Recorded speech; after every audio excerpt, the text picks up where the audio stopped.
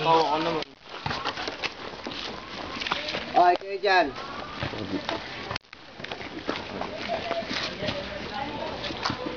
May nagre-referee, hindi nyo naman sinusunod yung referee. No? Ang referee pagdating ng actual ay dalawa. Yung first referee will be the one to signal for the service.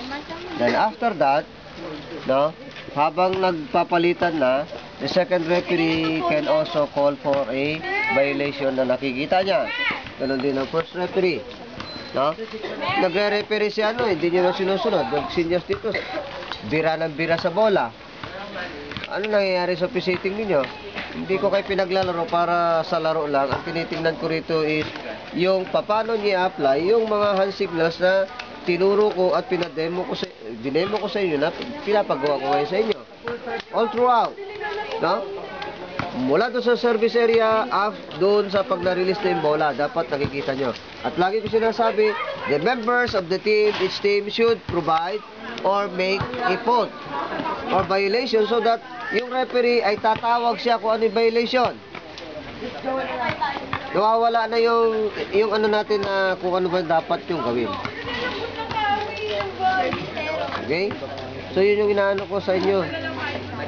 So bukas you prepare for your test and then by next week or Friday uunahin natin yung nutritional status nyo kasi nagsisimula na yung lower years, no? Alam niyo siguro paano mag-compute ng ano nyo, nutritional status. You still remember? Yes, sir. So yun yung gagawin niyo ng Friday, no? Yung inyong nutritional status. Tapos susunod na linggo yung physical fitness test na napagagawa ko sa inyo, no?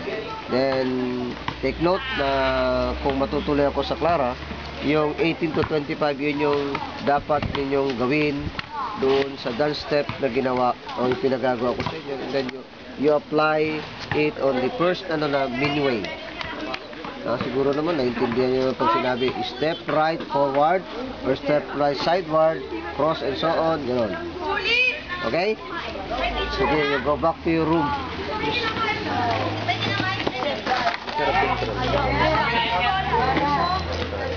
Picture mo.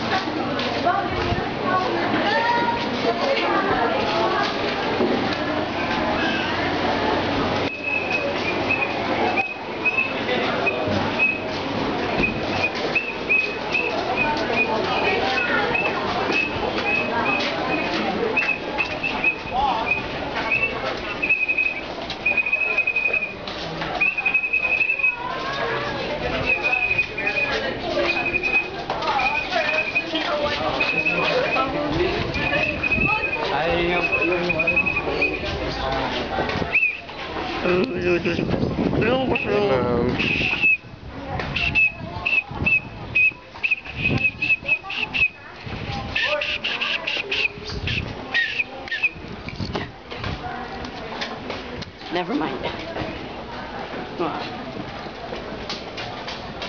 Handa ka, ma.